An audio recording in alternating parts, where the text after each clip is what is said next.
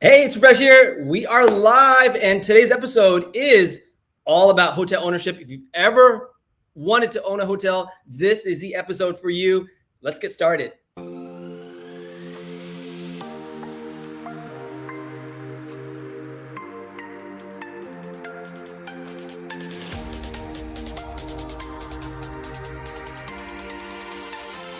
Hi, welcome to Hospitality Live with Rupesh, the hotel industry's top weekly resource for everything hospitality. Each week, you'll hear insights and the latest trends. Plus, get ready to be inspired by hotel leaders that are here to help you grow. Now, here's your host, Rupesh Patel. Guys, I'm back in the office. Super excited. Last week was so much fun. Got to see a lot of people, meet a lot of amazing people. Guys, comment and let us know where you're watching from. And let me see if I can pull this off. Oh no, let's see. Am I frozen? There you go. All right, guys, this is episode 110. Good morning to everybody watching. Guys, this episode is super important if you're looking at investing into hotels, or if your dream was ever to invest into hotels. You could actually do it with a little bit of money. And you don't have to have millions of dollars. I know a lot of people that just put in a little bit of money and built this whole big portfolio of hotels. And today you're going to learn the step-by-step process. Like I said, this is episode 110. We have my friend Mabelle Perez on. And we're talking about how to find a hotel investment deal today. And she is with Berkadia Hotels and Hospitality Division. So, all right, so you're going to learn the step-by-steps on hotel ownership. You're going to learn the mistakes that a lot of new people that come into the industry face. And we're going to also learn how to start this business with very little money. Let's see where people are watching from. Guys, comment and let me know where you're watching from. All right, we got Indianapolis in the house, Phoenix, Arizona. Guys, the weather was amazing in Phoenix last week for the lodging conference. So amazing. Nashville's in the house. Michigan's in the house. Maryland's in the house. By the way, I'm going to be in Maryland for the AHOA conference in April. Super excited about that. ATL's in the house. Germany's in the house. Sarah's going to Germany next week. Sebastian, reach out to her. ATL's in the house. Patrick, hey, how are you doing? Guys, comment. Let me know where you're watching from. This episode is sponsored by, and somebody, can you guess? smartguests.com, with over 50 tools to help you boost your operations, marketing, customer service, reviews, which are super important. A lot of people are complaining about, oh, my Medallia scores are down. Well, Smart Guests can help you with over 50 tools to improve your hotel's operations, marketing, customer service, and a lot more. With over 4,600 hotels and growing, I think it's like 4,650 now, nationwide, you can use Smart Guests to get the print collateral, the marketing tools that you need. Somebody put in smartguests.com. Thank you so much, Smart Guests, for sponsoring this episode. All right, let's see where people are watching from. We got some people. Delaware's in the house. Let's see. Ocean Ridge, Florida's in the house. College Station, Iraq's in the house. Wow, nice. Awesome. All right, guys, we are, let me move on. So every week I share a mindset, and this week's mindset is a little bit different. And this week's mindset, so I posted this yesterday. And 1 year ago, my mom beat breast cancer after battling with it for a couple of years. And everybody's been asking, like, what's going on with your mom? How's your mom doing? And yeah, my mom's, hanging in there. And, a year ago, October 23rd, my dad passed away from COVID. And, she's trying to figure it out. But I wanted to post this because I've had my aunt passed away from breast cancer, and my mom affected. She had a double mastectomy last year. And this is the month for breast cancer awareness. So I wanted to put this out as the mindset for this week to really get that awareness. I know it's like, oh, we already know it. No, you don't know it until you actually get affected by it, and somebody in your family gets affected by it. And serious conversation. So that is my mindset this week. Support your local breast cancer organization, or even national organization. Do the walk, do those things that keep the message out there. And, if you're above, I don't know, I think it's like 37 or maybe 40, like this is your opportunity to get the test. Cause that's what mom did. Every year she got the test, and she got a mammogram, and she found out 2 years ago that she had breast cancer. And so that is my mindset this week. All right. Thank you so much to everybody that came out last week. It was so much fun to connect with 2,000 people at the lodging conference. It was amazing. I can't wait to attend next year. It's happening again, September, I think it's 22nd to the 25th or somewhere right around then. Please join me again next year. And then also High Tech was amazing too, to see all these vendors and amazing people that are improving the hospitality industry with technology. It was so awesome to connect with so many of you wonderful people. And one person I did not get to connect with, and I wish she was there, but she was doing her own fun time in Mexico, is Sarah. Sarah's here with the Hospitality Minute. Hey, Sarah. Hi, I'm Sarah Dandashy from Ask a Concierge. Every week, I'll be sharing the latest hospitality and travel news and updates in a segment we like to call Hospitality Minute. What's up, Sarah? Good morning. What's up? I'm so bummed that I missed seeing you last week. Oh, I know. man. Everybody's like, "Where's Sarah?" Because you came to, we did the AHOA conference together. Like, exactly. "Where's Sarah?" Exactly. And she's doing her own thing. Follow her on Instagram. She's like having a great time in Mexico. How was Mexico? Yeah, Mexico was great. So for those of you guys that know, I'm a spokesperson and do a lot of work with Charisma Hotels and Resorts. And so they had this big conference for their travel agents there. So I was there not only creating content, but also attending their event as well, too. And there was so much happening at one time. And you had lodging conference. You also had High Tech last week.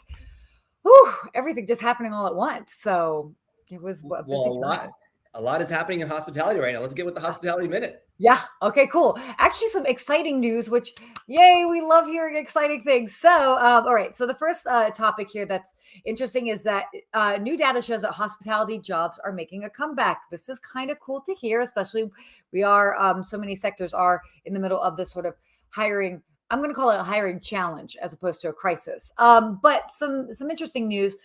Basically, a study that was done by Paychex and IHS Market. They basically found that leisure and hospitality sectors rank first for the first time since 2012. Leisure and hospitality jobs were up 3.86% during this past quarter. Now, right now, they're also showing that leisure and hospitality sectors are continuing to outperform all other sectors in earnings growth at about 8.14%. So this is really positive.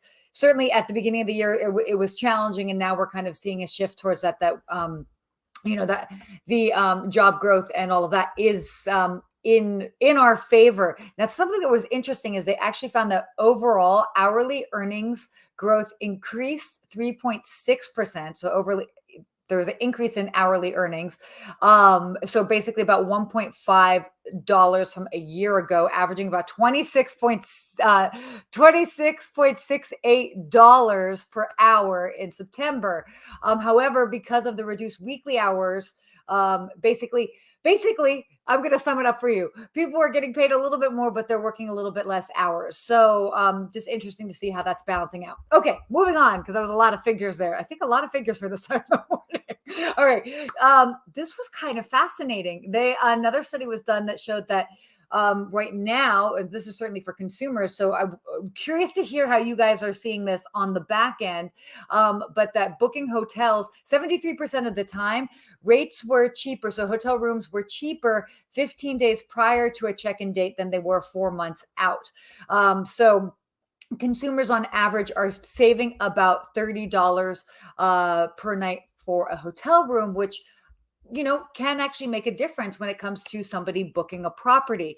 Now, what's interesting also in the US, the difference in what a room rate would cost 4 months out versus 15 months out is about 12.7%. So it's a 12.7% dip. So curious to see if you guys are also seeing that as well. And then the final topic today, which applies in the airline industry, but curious to see what you guys think about it in regards to hotels, because we've seen similar things. Delta has proposed that airlines combine their unruly passenger no-fly list. So if somebody's kicked off of a Delta flight, to share that information with United, so then they know their list of people that they've kicked off of their flights. I know in the properties that I've worked at, certainly in a comp set or within the immediate area, we would share information if somebody came in and basically was using a fraudulent credit card or whatever that is. So not quite the same thing, but I think it's actually kind of a great idea that they end up sharing their list. So there you go. That's it for the Hospitality Minute for today. I'll be in Germany next week, so I'm going to try and maybe pre-record it because I don't know what time of day it'll be, but I'll make sure that I share something with you guys. Where are you going in Germany? Oh, goodness. Are you allowed to tell? No, oh, I'm totally allowed to tell, but it's something. It's like I'm going to 6 different cities. So I'm flying into Berlin. I'm working with the tourism board of Germany, and then we're specifically highlighting their historic cities. So going to places like Potsdam, Würzburg, etc. So pretty much it'll be like a new city almost every day. That's cool. Sarah, Yeah. you had to own a hotel. Actually, is it your dream to own a hotel? I think yes, yeah, it would Right. be. So Yeah. if it is, what type of hotel would you own? Would it be like a small Airbnb or like a bed and breakfast, like Mm. 10 rooms? Would it be like a boutique hotel, like Boutique hotel for 50 sure. rooms, I 50 think rooms? maybe not quite. Yeah, probably that might make sense more as a start, but 50 to 100, I guess. I mean, maybe that's like a, aggressive of me to suggest, but I think definitely more boutique. And then something that you can really kind of play around with and get creative with, whether it's like the other offerings in this space, whether it's a cool bar or things like that. So yeah, that would be the route that I would go. I think you would do an amazing job running a nice boutique hotel where you get to do a lot of creative things and do a lot of like engagement things, because you have that background where you get to really connect with the guest and make them feel special and all those things, right? Yeah, definitely. No, it'd be so much fun. And I mean, I've seen a lot of different companies do it well. And so there have definitely been some that have been inspiring. So yeah, we'll see down the line. Guys, comment, let me know. Would you own a boutique hotel, let's say like a small bed and breakfast, or a large resort on the beach? I mean, my dream is to actually own a hotel on the beach. And hopefully that comes sooner than later, but that is my dream. But I would love to learn what people are thinking about as far as their dream and their big dream of owning a hotel. And Sarah, where can people find you? You guys can find me everywhere online. My handle is Ask a Concierge, or if you are here on LinkedIn watching this, connect with me at my name, Sarah Dandashy. Guys, she has a huge following on every single channel, including YouTube, Instagram for sure. And check out her stories. I can't wait to see your stories as you fly from LA to all these 6 different cities in Germany, because I've actually never been there, and it'd be fun. And I think, you know what the best part is? I can't wait to see you have more than 2 beers at Oktoberfest. For everybody that knows, I am an extreme lightweight. So yeah, when I do have a little bit of some sort of adult beverage, a little goes a long way. Well, cheers to you, Sarah. We'll green juice. Nice. We'll catch up next week. Definitely. Thanks, guys. Bye. All right, guys, that was Sarah. Please follow her at her various social media platforms. She has an amazing platform and content. All right, guys, this is episode number 110.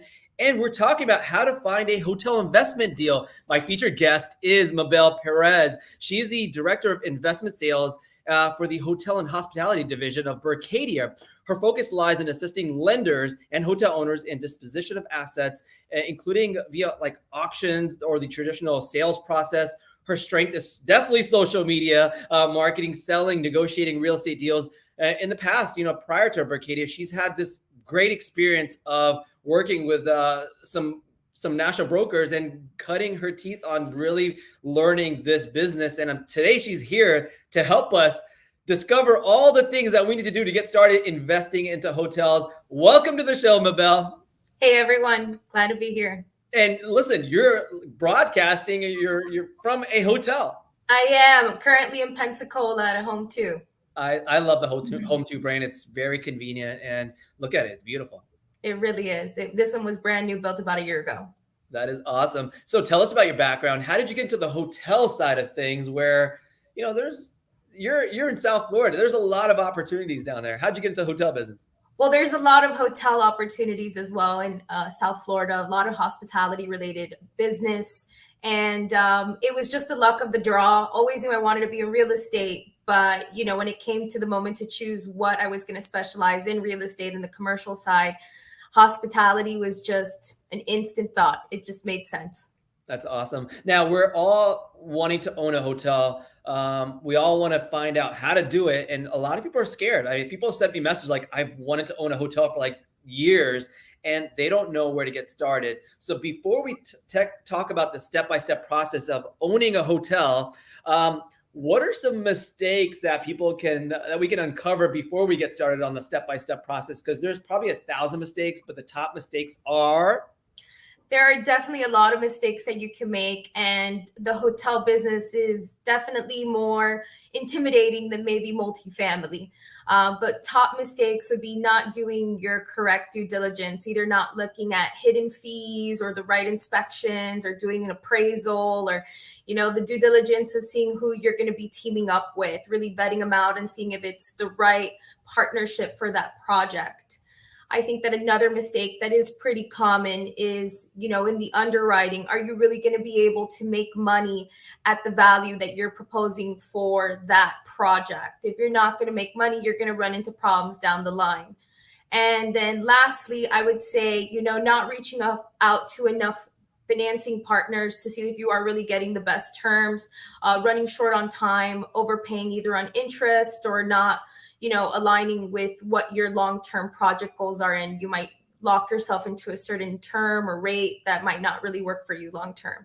Yeah, and we're both in Florida, and we see the market is just crazy right now as things have picked up, and especially South Florida. Like, you guys have run strong numbers as far as revenue. And so people get excited. We're like, I want to move to Florida. People are moving to Florida, and I want to buy a hotel.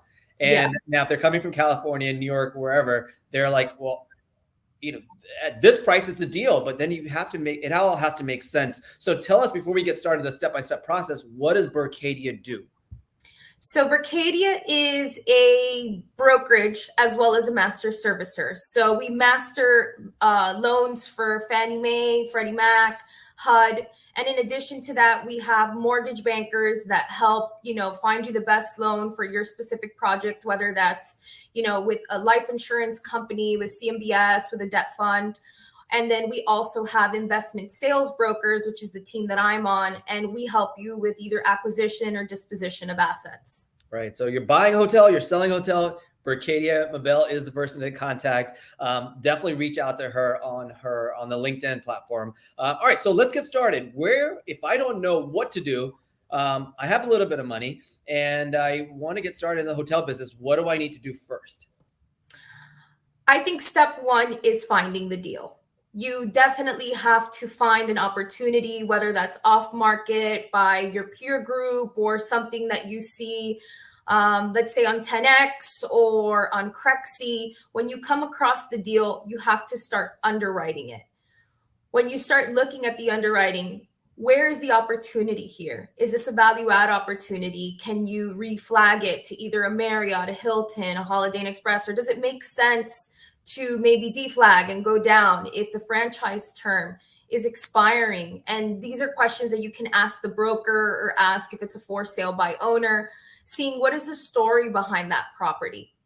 Yeah. And so, the number one thing is definitely reach out to a broker, because they have the insights and they have the network of different brokers that they're connected to. So if you're looking at a specific city, find that broker in that market that is servicing that market, and they know that market. So if you're trying to buy this hotel at whatever, like $20 million, and they don't think it's worth 20, they're going to tell you, instead of like you going into it and then making a big mistake. So definitely reach out as far as a broker. And, I say reach out to a few brokers, because there are people that are connecting, but, there's also some opportunity to maybe get some opportunities that they might have, like you're talking about, the inside deal. Absolutely. Yeah. Sometimes we have those deals that, we share with those partnerships that we feel comfortable with, and we really believe that person can execute. Real estate really is a people business, having those relationships. Absolutely. And so networking here on LinkedIn is a huge part of the business, because it's not like they're going to call you one day, because what brokers do is they reach out to their network first before they reach out to the general public. And Mabelle, I know you do the same thing, where you reach out to your contacts and say, hey, are you guys interested in this before we go public, right? Because it's easier to close a deal privately than it is to like go out and market and take time to get all these CAs together and then find out who the right buyer is, right? Then you're fishing for somebody, really. So really that connection, with step one being find a broker, find someone that's going to help you along the process, right? All right. So once you found a broker, what do you do next? So you want to come visit the site. I would say more often than not, go drive the market if you're not familiar with it. Put your eyes on the inside of the property, look into the rooms, do your due diligence. This is, again, one of the big mistakes that many investors, even seasoned investors, they think they know the business and they cut corners. They don't do the right inspections, the environmentals, and last minute something comes up and it's already too late. Yeah, and talking about due diligence. So once you've found a property or a few properties that you're looking to invest, go look at, find out, like, how are you going to bring value to this one thing? Like, you're not just going to buy it, run the same way they're going to run it, right? So you're going to really find out what you're doing to add value to it, so you continue making more money than they're making, right? Absolutely. Because I'm sure you're buying it at a premium. And if you're buying a deal, same thing. You still need to find out what you're doing differently than the person that currently owns it. That way you can see an upside on the property when you operate it or when you sell it, right? So definitely doing the due diligence as far as understanding the market, what special events happen in the market, what's driving business in the market, what's their top 10 list as far as what's coming in as far as revenue, right? If you're in a government area, if you're at near an Air Force base, you might only get Air Force business, right? And so if that base closes down, guess what? You're out of luck. So you need to have other streams of revenue coming in. So all of those things, when you're thinking about, oh, I love this property, I want to buy it because I love this location, but then you also have to understand the business of things and understand, like, how you're going to bring business in through social media or whatever it is, right? All right, so that's number 2. Once you kind of allocate it, you've kind of done the research behind the whole deal. What's the next step? You want to submit an LOI. You want to get your offer in. You want to show, the owner, the broker, that you're serious. You want to tie it up with some sort of contract, with some sort of money that shows that you are going to be moving forward on this deal. Okay. Many times we do see that people, they're thinking about it, they don't really take action, and then the next person comes in and they really do tie it up. Yeah, and honestly, there's been times, even for myself, where somebody put an LOI, which is letter of intent, that where you're thinking about buying it or you're ready to put a contract down, and it was actually lower. Like, their LOI was lower than what I was going to offer, and you're like, wait a minute, it got away from me. And so that's an opportunity. Like, throw an offer out, right? Your first offer is not going to get accepted sometimes, but if you don't throw it out, you're never going to know, right? And so that is definitely a tip for folks that are new or even seasoned. All right, what's the next step as far as we put an LOI out? Now what do we do? You really want to get your partnerships together. So I know a big theme around, this podcast in specific is, how can you get into little or no money? So everyone has their strengths. Sarah, concierge, marketing guru, really knows how to bring people together. Rupesh has operation experience, driving those reviews, all of that ties in together. A management company, the director of sales, your lending partner. If there is going to be some sort of redevelopment at the hotel, financing, what contractor are you going to bring on board? You really got to bring your business plan together, because all of this will come together when you're going to a lender or you're working with a mortgage banker who's looking at your project costs, your sources and uses, and how you're really going to move this project forward to really make the dream come to life. Yeah, and partnerships is a huge part of it. It's just like we talked about, number 1, as far as your network of brokers and network of people in the industry, your partners are going to make you successful or not. I know a lot of partnerships where they buy a hotel and all of a sudden, I'm going to run it. No, I'm going to run it. No, I'm going to do this for it. And then you're like, all right, who's the leader here, right?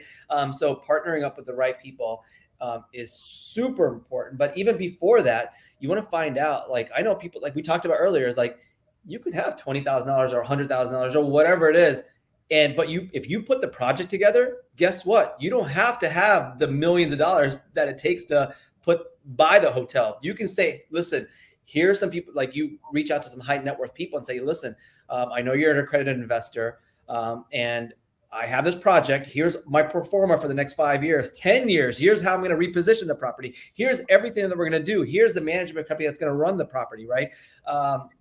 If you put that project together, and a lot of people do this, you can have a property without, or you can be an owner, and even if it's 5% owner, even if it's 1% owner, you put the project together, and then you build your portfolio of hotels, and maybe you take a bigger percentage later as you you show your drive and your hustle, right? And you see those. Mabelle, tell us a little bit about what you see as far as people that don't have money, but they've built this portfolio of hotels that they've slowly just grown and grown. Again, it goes back to real estate being the business of relationships. Sometimes you can find an owner who's just tired, they want to retire. And instead of, cashing out outright, they might want to stay 20%. So you could get seller financing where now you're not coming in the full 30, 40% down to buy a hotel. The previous owner is staying in as a limited partner. And then now it's still up to you to maybe just get the last 20% from friends and family, from the SBA. The SBA gives really good loans up to $5 million for a credit line at a time. So, just being a small business owner getting started, I think sometimes we overthink it, that it's a lot more challenging than what it is, when in reality, you just need to be organized. You have to have a plan. You have to do your due diligence. You really know your business plan in and out, and then you just got to sell it. You got to believe in yourself and what it is that you want to do. Yeah, absolutely. And you have to have a vision, right? You have to have a vision for this one asset or this one property you're looking for. You're not like, oh, I'm going to buy it and then I'm going to run it. No, you have to have a vision of what the operations looks like, what the execution of the sale, and how long you're going to own it for. All those things that are important when you're thinking about ownership of a hotel. But yes, let's talk about once you have your partners together and once you figured out, hey, these people, you could even buy a 10-room motel and start that way. I know a lot of people, and shout out to Kevin Reardon. We met finally last week after connecting on social media and on Clubhouse. He did the same thing. He has a couple properties that they're small properties, and he's built this thing just from learning the business of a motel, and now he's doing bigger and better things. So shout out to him. But you can get started the same way with partnering with people, and then learning and growing. Then you can grow to a 100-room hotel or 300-room hotel or 1,000-room hotel. But get started somewhere. If you're starting in the business fresh, learn the business. So the operational side of things is super important. So if you have to become the GM or you have to learn some part of the business, it is kind of important too. All right. So once you have your partners together, you want to go out and get some financing. We're talking about SBA. We're talking about traditional lending. What are some other options? Debt funds, those are out there, like Access Point Financial, for example. They're a great company to work with. You might want to go the CMBS route, non-recourse. CMBS, for the folks that don't know? Commercial mortgage-backed securities. So they're a good option for some individuals and not for others. So again, it comes back to doing your due diligence. Does it really work with your project? Do you want to stay in for longer periods of time? More often than not, it works better as a refinancing opportunity when you want to pull your equity back out. So once you've ran this hotel, you've stabilized it, you've owned it for 2 years, you can go back and get a CMBS loan and pull out that equity so that you can go from maybe a 10-room motel to a 50-room boutique hotel. And that's how you keep growing. It's a long-term, experience and journey. A lot of the hotel owners that we have spoken to, or that I've spoken to, and I hear their story, and it's always so heartwarming. They come to this country, they start off with a small exterior corridor motel. From there, they go on bigger and bigger and bigger, and they just keep growing their portfolio to now they're buying Marriott's, Hilton's, developing from ground up. And it's really interesting to see that story. And they wear many hats, like you say, Rupesh. They were the GM, they were the ones cleaning the linens, they were doing it all. Yeah, and shout out to the CEO of Vision Hospitality, Mitch Patel. We met he's been on the show, but he was an amazing person last week where we just got to connect, and he's a truly genuine person that has built his business from the ground up and living in a motel and understanding the business, right? And so you definitely have to learn to cut your teeth on something small instead of thinking big and not being successful with this big project, right? Because hotel business is a challenging business when you don't understand it fully. All right. So once you have your financing, once you have the money together, how do you put the project together as far as like maybe picking a brand or how do you consider those things? So hopefully this is something you already started thinking about in your due diligence phase when you're trying to see what is the best, I guess, vision for this project.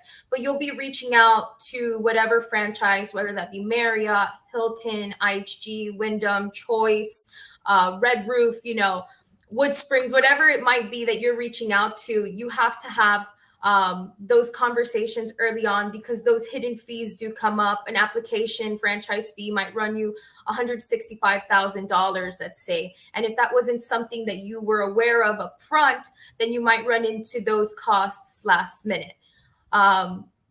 Doing that due diligence up front, really understanding and having those conversations early on. But yes, once you have your financing tied up, now you move forward. But you don't wait to that moment to have those conversations. You start having very preliminary conversations early on. Yeah, once you kind of put an LOI together, then you can have options of having a few choices. Don't just like rely on I think this hotel is going to be a comfort suites and that's all it's going to be. No, have other options, because guess what? If the comfort suite's not available, that brand is not available in your market, then you're like, well, or what should I do now? And that's when your broker is super helpful, because they have the relationships with all the brands too, where they can say, hey, I'm selling this property. Do you guys have any brands available for this property? And they can help you with that too. So that's the value of adding a broker into your life, instead of you doing all the work yourself and you stressing out over a lot of different things, right? You hear about that all the time, right? All the time. You don't have to be an expert at everything. You just have to partner with the expert. And something else that I didn't mention, some of these brands might be willing to give you key money. And key money, when you're looking to convert this hotel, they might give you an additional $5,000 per room as long as you hold the hotel for a certain amount of time. So this all trickles down to your bottom line. $5,000 over 100 rooms really does add up in helping you in, repositioning that hotel. Yeah, absolutely. And that 5,000 or whatever the number is, I know there's hotel brands that are doing a lot larger than that, and they just want to make sure that they have their brand represented in this market, right? And so they're willing to be a partner with you, and so you're not going in it by yourself. And I feel like the topic of this whole thing is really partnerships and networking is like everything in this business, right? You don't have to know this entire business yourself. I know people that own hotels, they don't know the business. They just know the numbers really well, and they make things happen. Now, if you're owning a boutique hotel, you have to have a vision of hospitality and customer service and all those things that kind of come together to create that experience for that guest, right? Especially if you're holding on to that property for a while, as a business. All right. So once you have financing, you're ready to close on the deal. You have all your partners together. You have a management company. Now, a lot of brands require you to have a management company, have that experience of running the hotel. So if you're just Joe Schmo off the street and you're trying to run this hotel, they might not give you the franchise, right? Yeah. So partnering up with, and I think there's like 2,000 management companies in the United States right now. Is that correct? There is a lot of management companies, and a trend that we actually saw during COVID was the consolidation of these management companies coming together, which might actually work in many instances to their benefit. But there's different management companies for different product types. The management company that specializes in full service resorts isn't going to be the same management company that's going to run a 50-room boutique hotel. So you want to do that due diligence up front. You want to have these conversations. You want to see their experience, their portfolio, what type of hotels are they currently managing? What kind of revenue sharing are you guys going to do? There has to be incentive to really get them to have skin in the game, to be a good partner on your team. Yeah, and shout out to here in Desai and the team at 3H Group. They partnered up with LBA Hospitality, and they announced it live last week at the lodging conference. Same thing. They were like, how do we grow our business, our real estate business, instead of just managing the day-to-day operations? So I hear some management companies or ownership companies now saying, listen, we won't manage a property on site daily operations. We'll give it to a third party management company. So that's an option too, where you're like, I don't know the business. Well, there are options for that. So that is definitely a thing.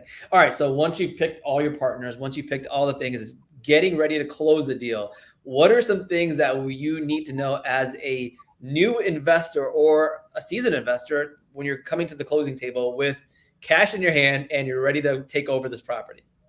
So work closely with your title company, with your escrow agent. Know what type of money you're going to need at that time on that date. You don't want to be late. You want to make sure that it's going to be a smooth wire.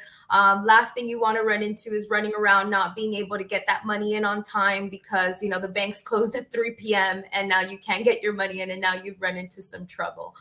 Yeah. So being organized up front, having, all the money in the bank or all the partners on board, everyone knows how much money needs to be in escrow at the time of closing.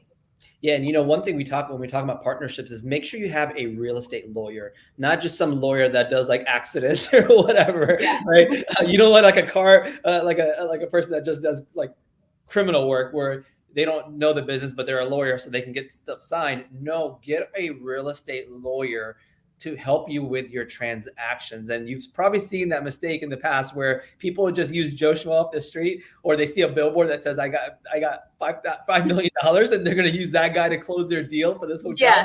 Tell us about that mistake that people do make. Yeah. So we forgot to mention this, but from your letter of intent, your LOI, you want to move into a purchase and sale agreement. And that purchase and sale agreement, you want it to not benefit just the seller, but also the buyer as well. So in auctions, you'll see they're usually very seller favorable. And that's for a reason, because they're as-is contracts. They're supposed to benefit the seller. However, in a traditional sales process, you definitely want to partner with a real estate expert, preferably someone that has experience in the hospitality space, that knows how to read the language on the franchise agreements, and that will have your best interest at heart. Absolutely. Shout out to Sandy Vullop in Orlando with Bogan Months and Months. That's our guy that we go to all our transactions with, and he's helped our family. So shout out to him. But make sure you get the right lawyer, because if you get the wrong lawyer, you're going to have to go backpedal a lot and delays. Think about how much you can be delayed with closing a deal when you don't do that. All right. So you've closed the deal now. You have the keys in your hand or that digital card now. There's no keys for the front door. What's next when you're trying to kind of go through the process of owning that hotel? Well, again, it's a people business. You're going to have staff. You definitely want to get that staff on board. A lot of them feel uneasy when there's a change in ownership. And we all know it's a challenge right now to find good quality work. So if they are, just reassure them, make them feel comfortable that they're here to stay, that you want to work with them, the benefits, the upside that's coming with you joining on board. If there is going to be any redevelopment at the hotel, getting those conversations, the plans ready with the contractors so that you can start moving forward on that redevelopment, being strategic. You don't want to interrupt the guest as little as possible while doing that renovation, because you don't want to cut into their experience. So you want to be mindful in your renovations as well. Right. And so once you've ran your hotel for a number of years, your goal was, hey, in 5 years, I'm going to sell this property because I see the market going up. Now I'm ready to sell my property to some other fortunate buyer that maybe is getting started. Now I'm selling my 10-room hotel because now I want to 1031 it, which is just forwarding your tax liabilities to the future. And you're buying another hotel that's maybe 50 rooms now. What do you do when you're trying to sell? I would say reach out to a broker, get a broker's opinion of value. You definitely want to know what your hotel is worth. One thing that I like to tell my sellers is, do you like to sell the same way that you like to buy? And by that, I mean, when you buy, you want to get it off market. You want to get a deal, of course. But as a seller, how do you really know that you got the highest price? And you really only know that by creating competition and running a process. Okay. And then what is that process? What, like going to different brokers and saying, what's your POV? So more often than not, you can get more than one opinion, get the brokers, to even compete against themselves. How does one broker differentiate from the other?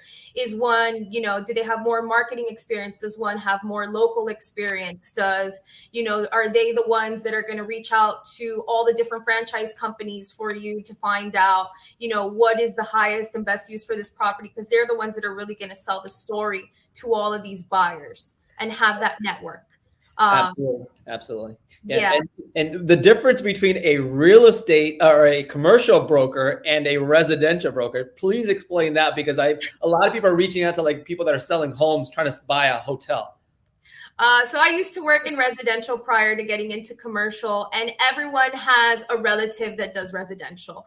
And you might want to save yourself a little money up front. You want to help out the family member, but more often than not, it costs you in the long run.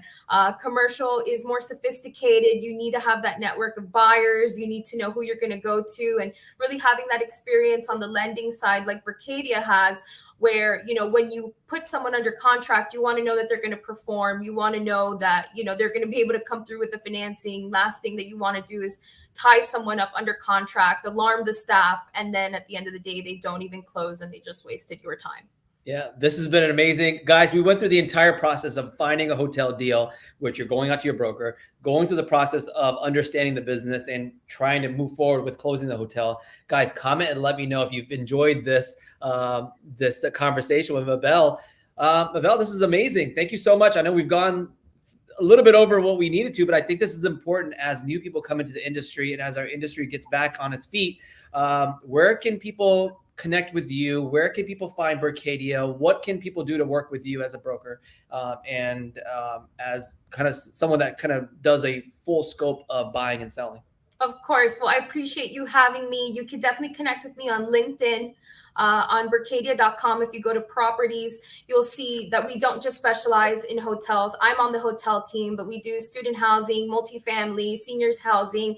Go over there, check out all of our listings, whether you're looking to get into hotels or you're looking to get out of your hotel. Either way, we can help you. We can help you with financing. I will ask Rupesh maybe to share my contact details with his network. You can call me, you can email me. I'm pretty easy to get in touch with, and we might already have something in a state that you're looking for. So please connect with me.